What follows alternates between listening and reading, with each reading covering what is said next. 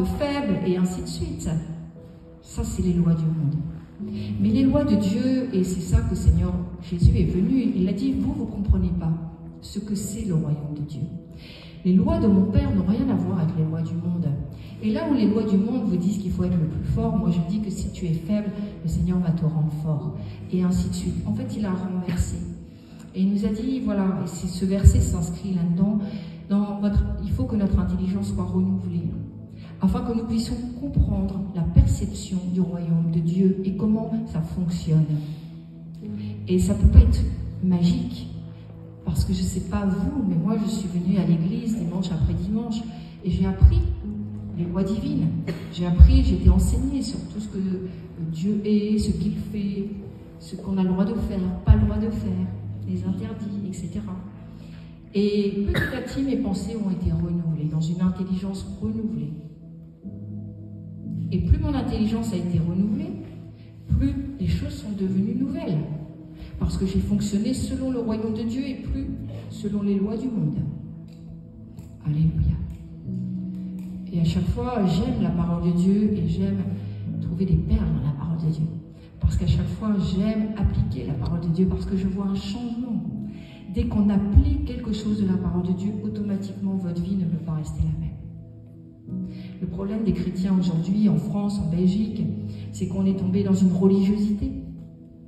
Et il n'y a plus rien qui se passe.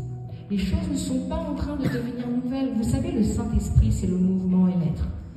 Quand vous prêchez, quand vous êtes avec l'onction, avec le Saint-Esprit, vous ne savez jamais où le Seigneur va vous conduire. Moi, je n'ai pas préparé ce que je suis en train de vous dire, j'avais préparé autre chose. Et maintenant, c'est compliqué pour moi de préparer parce qu'à chaque fois, le Saint-Esprit me dit non et parle sur autre chose. Et en fait, c'est le mouvement et l'être. Et vous savez où vous êtes à l'instant T, mais vous ne savez pas où le Seigneur va vous emmener. Et c'est beau. Il n'y a pas de programme avec le Saint-Esprit.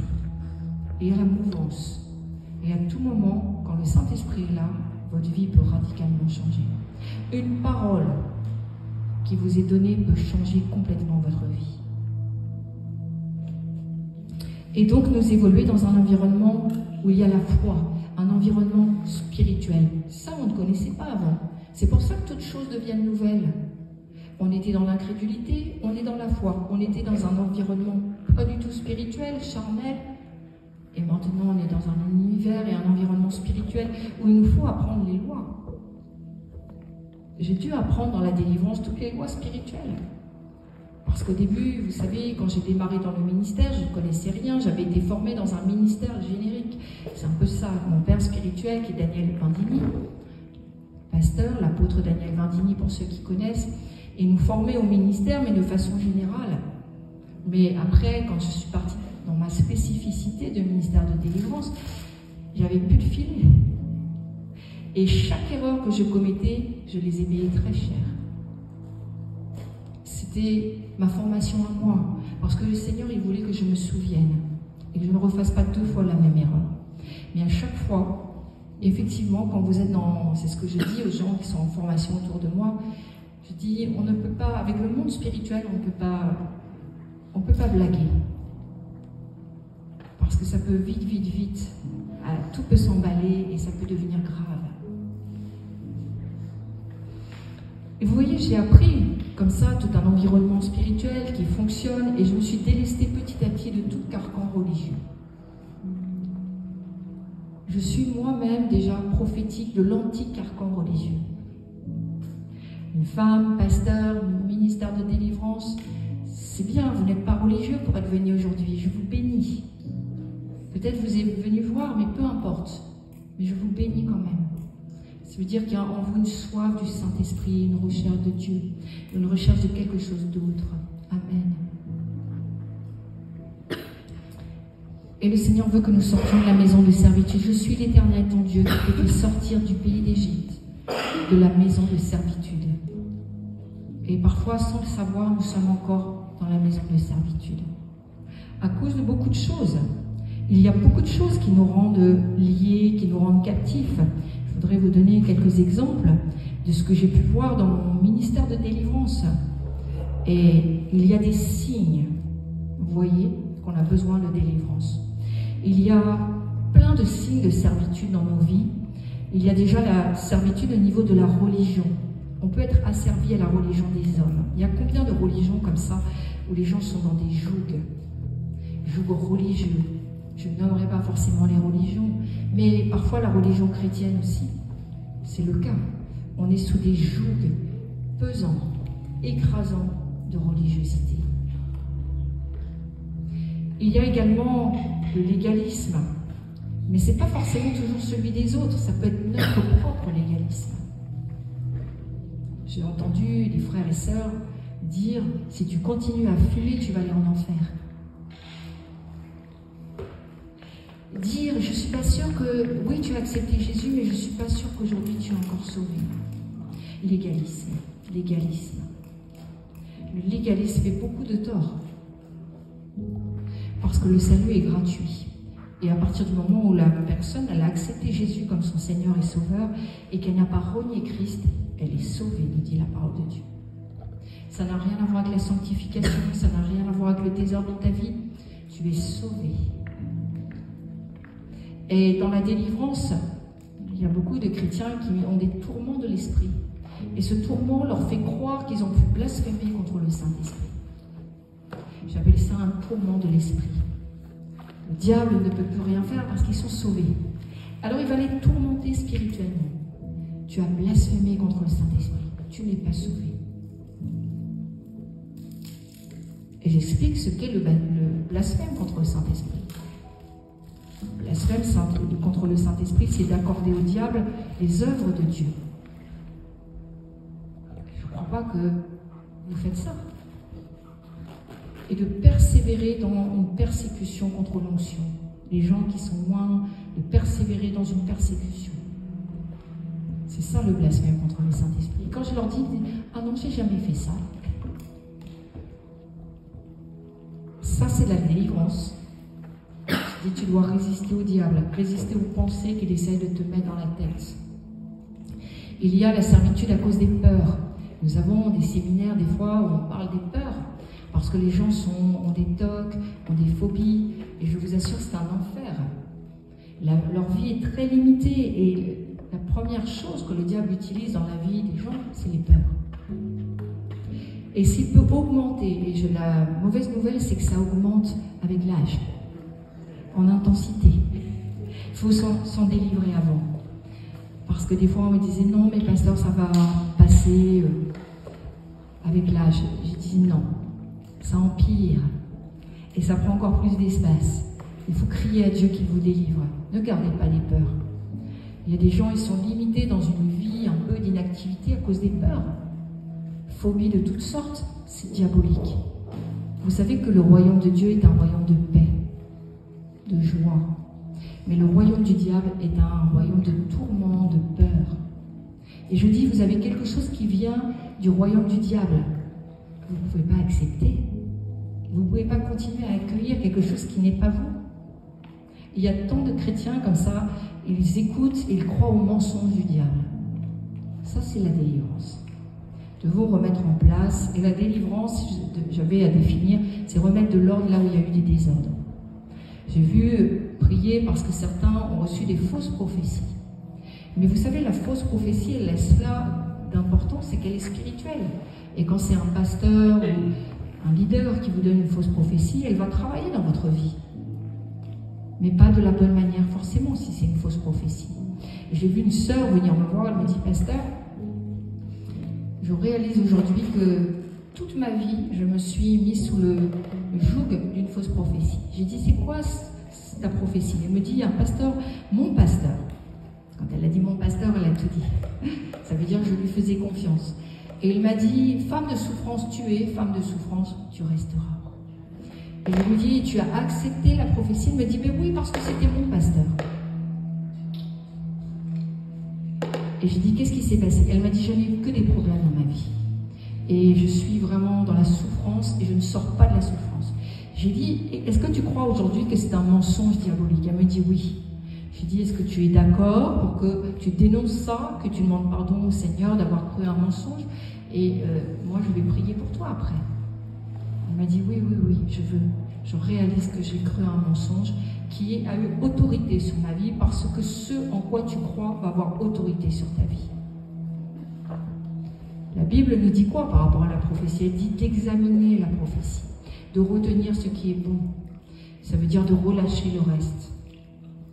Moi, des fois, les gens venaient essayer de me donner une prophétie, je disais, je refuse. Je refuse ta prophétie.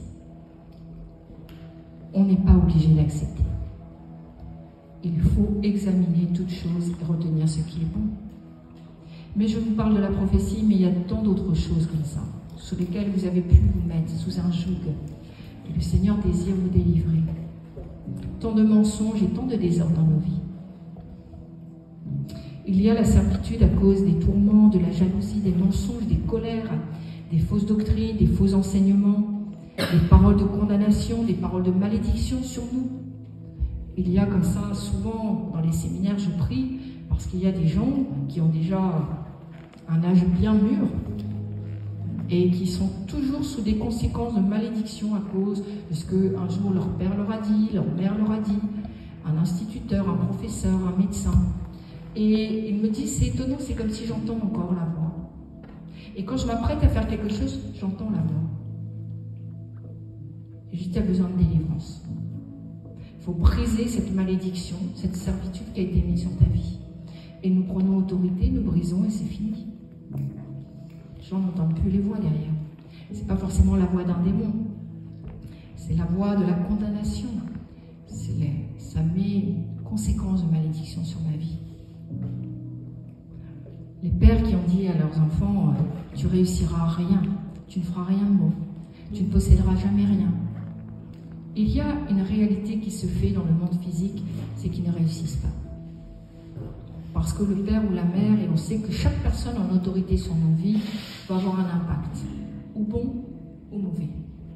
C'est pour ça qu'il faut dire des bonnes choses à nos enfants et à nos conjoints, à ceux qui nous entourent, parce que votre parole va avoir un impact. La parole est puissante. Elle est envoyée ou pour bénir ou pour détruire. Parce que nous avons été créés à l'image de Dieu et que Dieu a tout créé par la parole.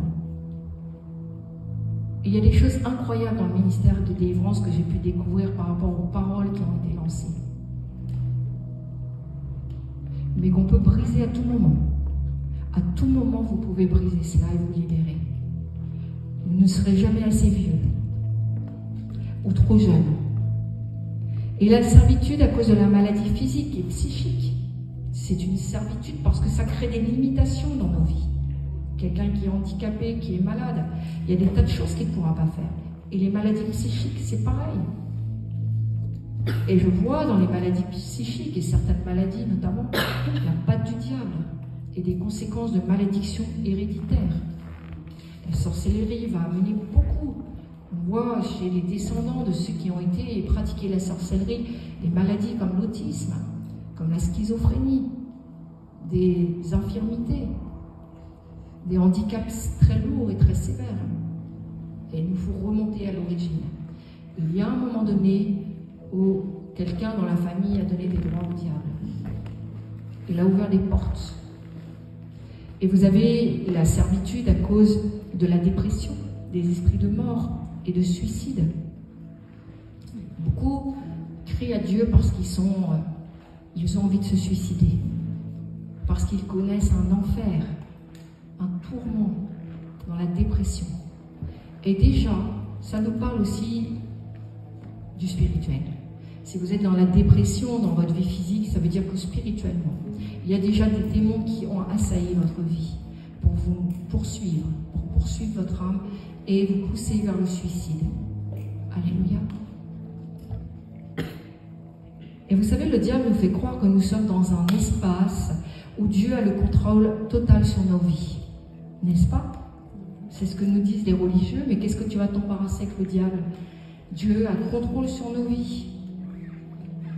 Mais ce n'est pas toujours le cas. Dieu contrôle en ne permettant pas à Satan d'aller plus loin qu'une certaine limite. Il ne permettra pas, dans certains cas, que Dieu reprenne votre vie. Mais vous savez, je veux vous dire, et être tout à fait honnête dans la délivrance, que beaucoup de gens sont morts, chrétiens, parce que ce n'était pas le temps qu'ils meurent. Ils auraient dû continuer à vivre. Et il y a eu des morts prématurées, des morts programmées par le diable, parce que les gens n'avaient pas pratiqué leur délivrance. Et ils n'avaient pas... Vous savez, il y a des poursuites, il y a des démons de poursuite, vous connaissez, des démons de revendication. Mais il faut pratiquer la délivrance. À un moment donné, il faut se délester de ça, il faut couper, trancher, dit la Bible. Et quand les ancêtres ont fait des autels, croyez-moi, c'est puissant. Et il faut utiliser des moyens spirituels, des armes spirituelles. Nos prières n'y suffisent pas. Peut-être là, il y en a qui se disent, oh là là. Non, face à un autel de sorcellerie, je vous dis, les prières n'y suffisent pas. On renverse un autel par un autre autel. J'ai vu un couple comme ça un jour qui est venu à l'église et qui m'a demandé d'aller chez eux. Et personne ne voulait y aller et que moi, que j'étais dans la délivrance, j'ai dit j'y vais. Et je suis arrivée et après je me suis dit j'aurais pu en faire un film parce que il y avait un peu tous les éléments qui étaient là, c'était dans un quartier un peu glauque, c'était de nuit, il faisait pas très beau, et vraiment c'était assez lugubre déjà. Et je suis arrivée et je me suis dit, j'ai eu compassion du couple qui allait très mal. Et j'ai dit, oh, il faut vraiment que j'aille les voir.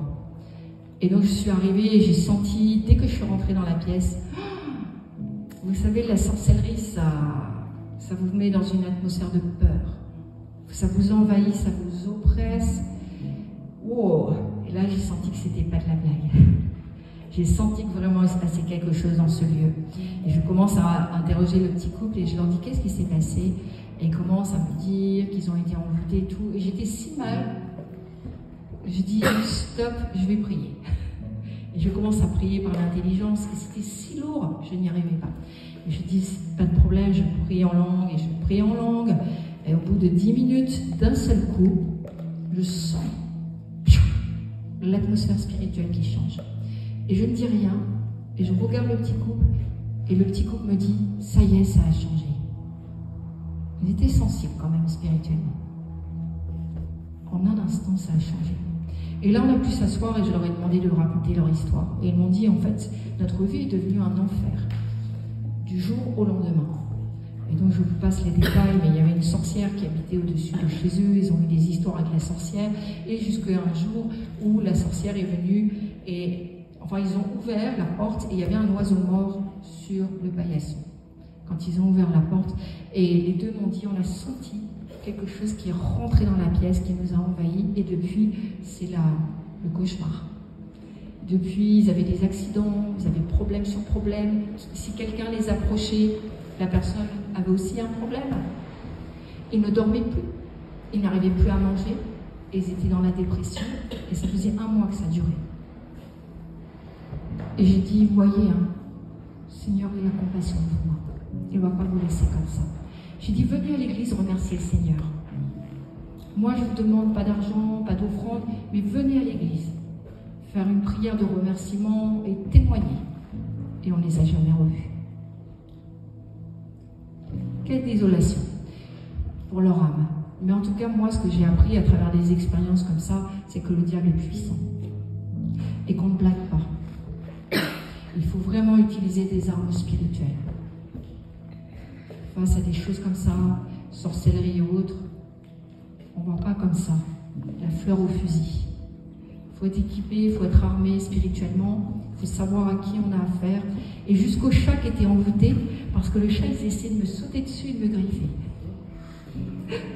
Et je dis, là là, c'est quoi ce chat? Il est envoûté, et c'était le chat de la sorcière. Je dis, là, il faut vous en débarrasser, et c'était une amoureuse des bêtes, elle n'a jamais voulu. Après, hein, chacun fait comme il veut. Même les animaux sont envoûtés. Hein. Même les animaux peuvent avoir des démons.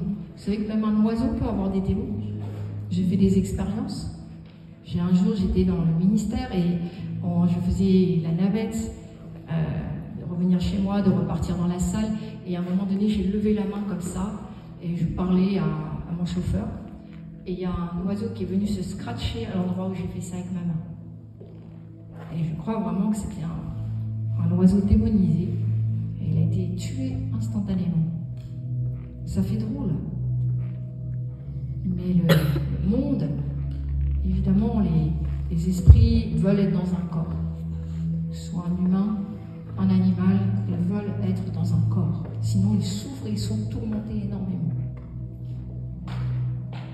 Est-ce qu'un chrétien peut avoir besoin de délivrance? Oui. Je réponds oui. Parce qu'on peut être encore en captivité. Un chrétien peut avoir des mauvais esprits? Oui. Vous savez, des fois on me dit, mais non, mais moi je suis né de nouveau et j'ai pas besoin de... Ça y est, c'est fini quoi. Je peux pas avoir des démons, je peux pas avoir des liens. Et on me parle de nouvelle naissance, ça n'a rien à voir. Vous savez, la nouvelle naissance qui se passe, c'est que ça remédie à la condition de l'esprit de l'homme.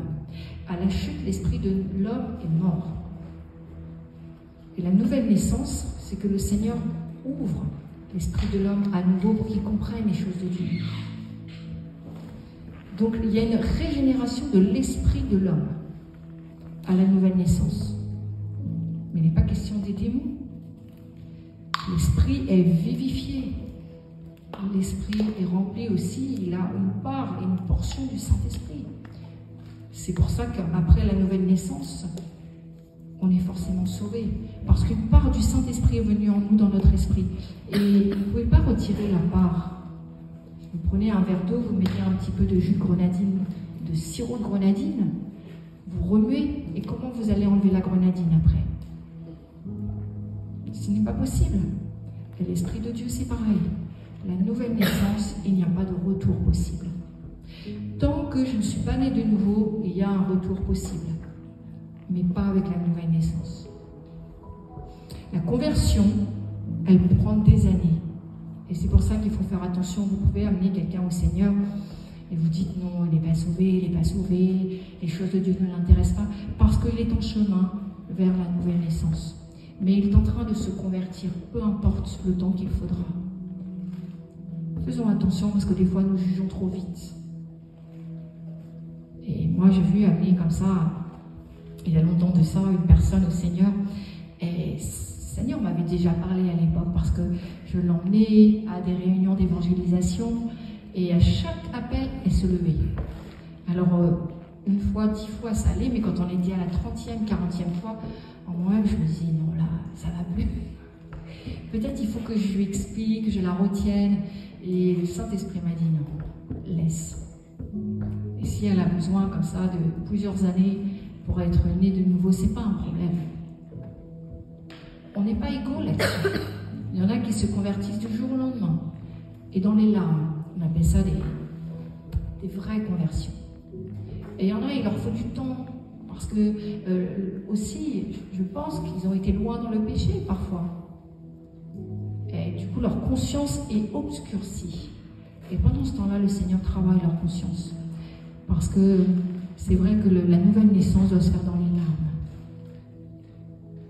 Pour qu'elle soit réelle et authentique, il est bien qu'elle se fasse dans les larmes.